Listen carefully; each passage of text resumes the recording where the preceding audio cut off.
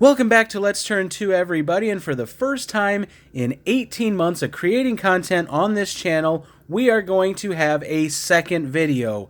Let's call it a Let's Turn 2 video kind of a day. Now, earlier had a first look at 2022 Topps Update. Well, now we are going to do the production run side of things.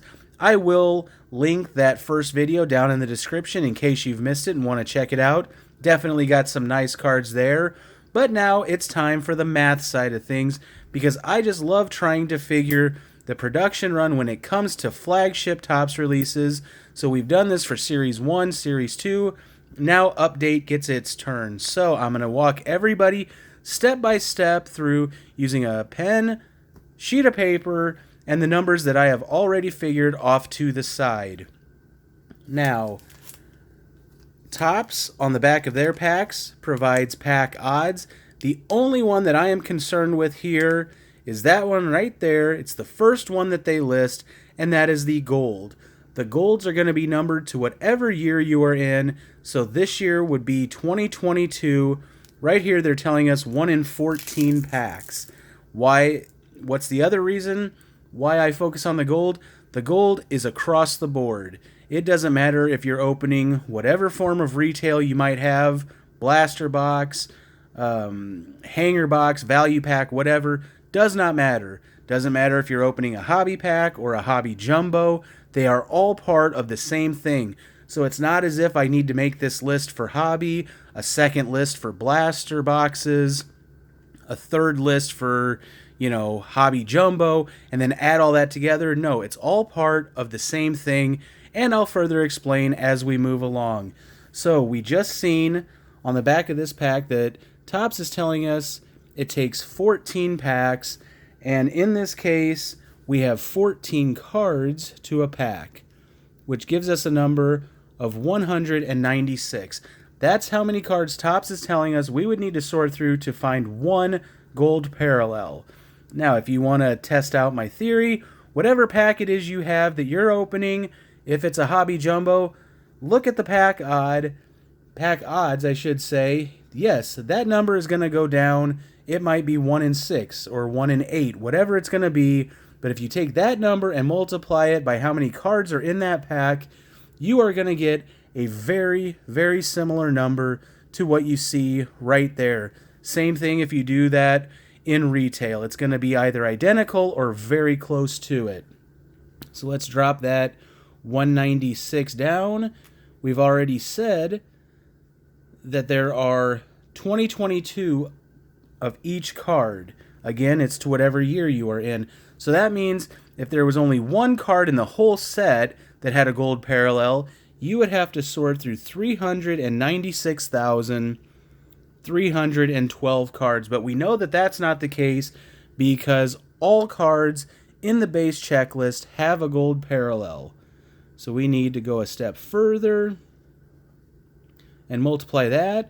There are 330 cards in the update checklist, which gives us a number of 130,782,960. That is the total production run, whether it's retail or hobby, inserts, parallels, base, everything.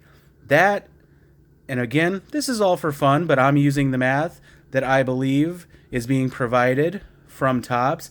That is the total production run, but we are going to break it down even further because I'm not necessarily interested in how many inserts were made or autographs, whatever. I want to know the base cards. More to the point, the base rookies. So here's where a little bit of the guessing work would come into play, is what percent that they produced is base compared to non-base. Let's just apply our own experiences from opening packs. If you open, in this case, a 14-card pack, you would expect to find 2 or less non-base cards. Same thing if you open a jumbo pack, you are probably, out of a 36-card pack, you're expecting 5, maybe 6, or less of those. So again, no matter how you figure it, it's going to work to be 15% or less you are getting non-base. Now let's just have a little bit of a cushion, a little bit of a leeway, and let's just say that that number is actually 20%. They're making 20% non-base, 80% base.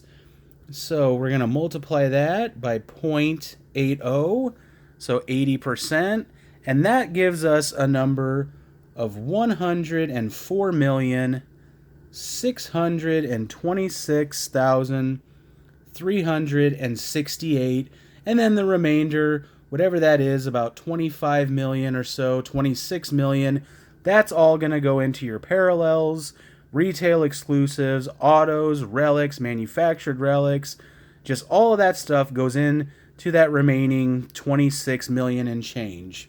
This is our production of just the base. This number could be a little bit higher if we had gone with 85%. But I think this is fair, and I think this is the lowest it would possibly be. Now, we are led to believe that all cards are printed equal. Cards are printed in sheets and then cut up. We are led to believe that all sheets are being printed equally, so we can divide that by the 330 card checklist, which gives us a final number of 317,050 of each card. So if you're wondering, you have a Bobby Witt Jr. rookie card, Julio Rodriguez, a Wander Franco. How much of that was being printed? This is my guess, and my guess alone. Using this math, this is the lowest number that could possibly be, and it could even be a little bit higher. There were also dollar packs that I know they made for Series 1, but they did not make for Series 2, or either they didn't make them or they made them and I just haven't seen them anywhere. But those packs have no pack odds. They are just all base. If they do that for update, this number, again, would go much higher. But I think this is the lowest number you are going to see, and it could certainly be more closer to, say, 350,000, somewhere in there. But we're just going to go with this for now. What does this mean? Let's compare it to Series 1.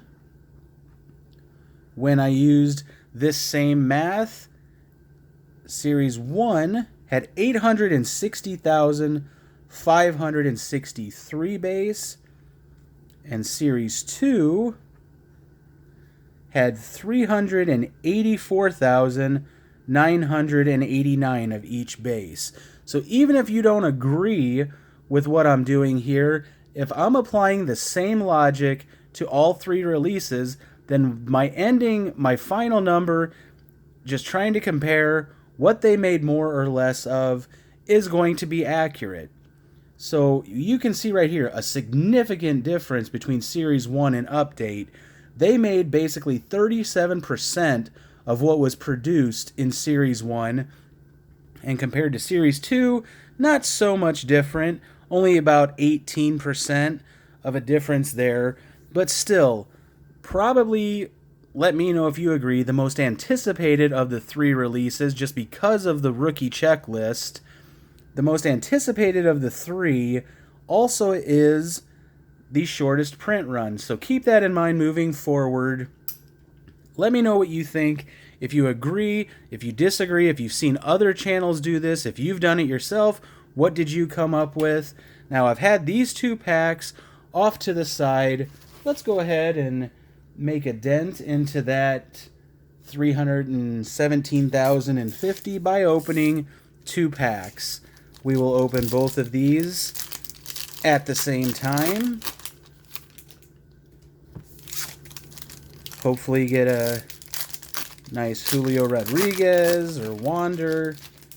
Maybe a nice insert. But alright, here's our cross section here. We start with a Giants rookie. I am a Giants fan, so that's nice to see. Jason Krizan. Not familiar with him, actually. Kind of ashamed of myself there, but I am not familiar with him. Kenley Jansen in his Braves uniform. Marisnik there. Eric Fetty. Danny Mendick. There we go. There's a Heliot Ramos rookie debut. He's been one of the top prospects for the Giants for a few years now, but he did have some time in the majors this year. Not a lot. I think maybe he maybe played 10, 20 games or so. So hopefully see a lot more of him in the future. Here's an insert. Again, I was saying how many inserts should you find? Well, I said it was going to be 2 or less. So in this video, if I'm right, we should have 4 or less inserts. Here's our first one. All-Star Game of Dansby Swanson. We'll put that to the side. Paragons of the Postseason. Bob Gibson. That's pretty cool. It's not numbered. But we're going to put our inserts to the side just to see if we actually get 4 or less. Orlando Arcia, James Norwood, Diego Casilla rookie. There's a nice Hunter Green rookie card. We will have our on-deck circle there for our video's best catch, which we will do at the end. Chris Archer, Vidal Brujan rookie debut. Mike Clevenger, Jarren Duran debut. All right, we've got our second All-Star Game insert, Freddie Freeman. And then we have, this is a nice card right here. We have our fourth insert, a C.J. Abrams 87 design rookie card. So for now, I'm going to put this in the insert section because we are keeping track. But that one is certainly going also in the maybe pile. And we have our last few cards here, Austin Nola and Felix Bautista. So we did, in fact, let's just go ahead and put those cards to the side. We did, in fact, have 4. So 4 out of 28. Again, you can do that math. 4 out of the 28 were non-base. So it's going to work out to about 15% or less. Let's go ahead and put those 3 to the side. Get one last look at our C.J. Abrams, Hunter Green, and the Heliot Ramos, which was more so put there for me as a Giants fan. But this card is going to be my favorite for the video's best catch. Thanks everyone for watching. Hope to see you on the next one, and take care.